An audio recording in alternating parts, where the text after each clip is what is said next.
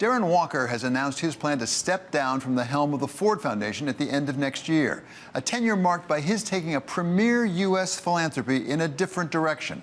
We sat down with him and began with his thoughts on what he tried to accomplish. Well, I hope that we accomplished several things.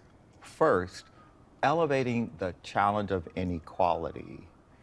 We were among the first philanthropies to articulate inequality as a problem for our society, for our democracy. That was very important.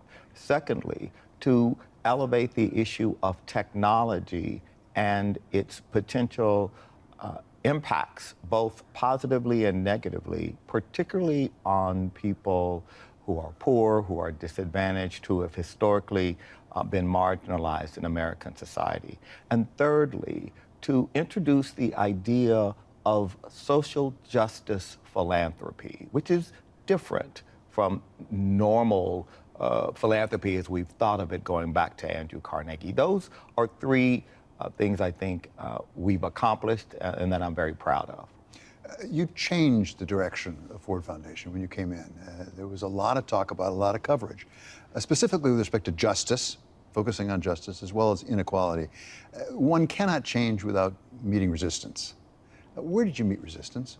Well, I think there are entrenched interests in the status quo in any legacy organization, whether it's a major Fortune 500 legacy company or a major foundation like the Ford Foundation. And what you have to do is take on those entrenched interests and name the problem, name the barrier that they have erected to progress, to forward movement, and really take it on, head on. But importantly, you've got to have your board of trustees in alignment. There is nothing more important in an enterprise, whether public or private, than alignment between the chief executive and the board of directors. And I was very lucky from the very beginning to have had a board who I share values, who appointed me, I think, because my vision they were inspired by and wanted to support. How do you measure your success? That's a great question for a foundation like the Ford Foundation. We're not Gates or a science-based foundation, so we don't invest in disease eradication or agricultural science where you can have randomized controlled trials to indicate progress. We invest in justice. So how does one measure justice?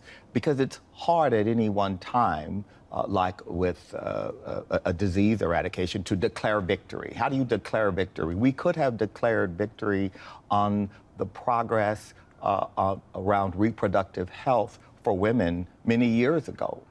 But here we are, again, at a seminal moment of retreat on access to abortion and reproductive justice. And so we measure impact by the strength of the institutions who we invest in and their preparedness and resilience to continue in the face of resistance. So for us, progress looks like, in the area of reproductive justice, a strong Planned Parenthood and other organizations who are litigating, advocating, developing policy response to ensure that ultimately we do live in a society where the idea of reproductive freedom is normalized and is the law of the land. Justice is a big idea. It's been around since ancient times, the quest for justice. Can even the Ford Foundation, as big as it is, influential as it is, can it actually move the needle on justice in our society? Well, I think we in philanthropy have to approach our work with great humility. No, the answer is the Ford Foundation alone doesn't move the needle. The Ford Foundation, hopefully in collaboration and supporting and in partnership, can make some progress. But we philanthropists sometimes approach our work with a degree of self-satisfaction or a degree that we're right. And it's a trap. The rural villages of Africa are littered with the carcasses of development projects funded by philanthropists who didn't understand that the people closest to the problems should be in charge. The design of strategies and approaches is not only to be left to the experts and the credentialed PhDs, but to people who are in these communities and in partnership with them, developing the responses to the problems that they identify as their priorities. When you talk about inequality, we've seen growing inequality, economic inequality in our society in recent years for all sorts of reasons that we know. In trying to address that, one of the issues is how much money is going to capital as opposed to labor. It's really shifted over. A lot more of what we generate now goes to capital, people who own capital versus labor. What can be done to actually even that back out, to redirect some of the assets back toward labor? Well, one of the things that can be done is to demonstrate how we can address and reduce economic inequality through policy, through private sector prioritization of, for example, the idea of ownership. My grandfather was semi-literate. He had a third grade education. He was a porter for an oil company in Texas, but he benefited from an old-fashioned profit-sharing program. When the oil company made money, some of that was shared with every employee who participated in that program. Those programs have gone away. Why can't we bring more of them back? Why can't we, as we are doing with KKR and Ownership Works, create programs within companies to ensure that employees are indeed shareholders? And so I think we can move ideas like that into the mainstream and support the piloting of those ideas. We can also simply stand for the idea of fairness in our economy. I am an unapologetic capitalist. There is no better way to organize an economy, but we have to have a capitalism that generates shared prosperity, because from shared prosperity comes a society where hope lives.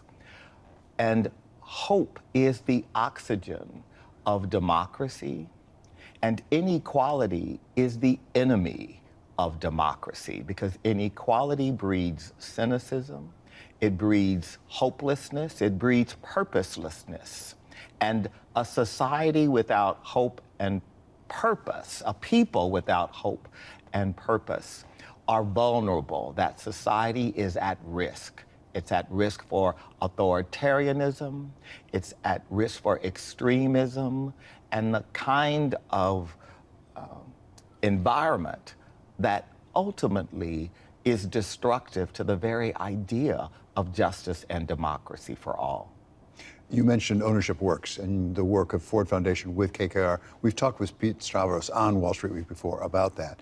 And there are some very encouraging results he has on some of the companies that they've bought in giving ownership, but more than ownership, actually really access to information and really an education of what the company's about. How far can that go? I mean, in success, how widespread could that be? And what are the barriers to it going farther than it has already gone? Well, the barriers are in part policy. We have made choices. Employee stock ownership programs at some point in our economic history were privileged, were given preference in terms of policies. And I don't think that is the case anymore. So it is a question for policymakers to consider how do we, at scale, make the idea of an ownership society a reality for the American worker. I think it's a powerful idea, and I commend KKR and Pete Stavros for what they have done in modeling for private equity, the industry of PE, how there can be more shared prosperity with the workers. The Ford Foundation is influential not just in what it does directly, but also in philanthropy more broadly. It stands really at the top of the pyramid in many respects in philanthropy. What effect do you think, or at least hope you've had, more broadly in American philanthropy? Well, I'm not sure we stand at the top of. I am in awe of our friends at the Gates Foundation, for example, and Open Society, and Rockefeller, and Carnegie, and Mellon, and so many others who teach us every day.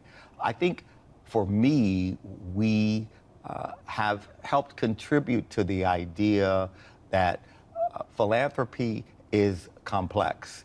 And the idea of philanthropy is complicated because in some ways, inequality makes possible the excess wealth that creates philanthropy.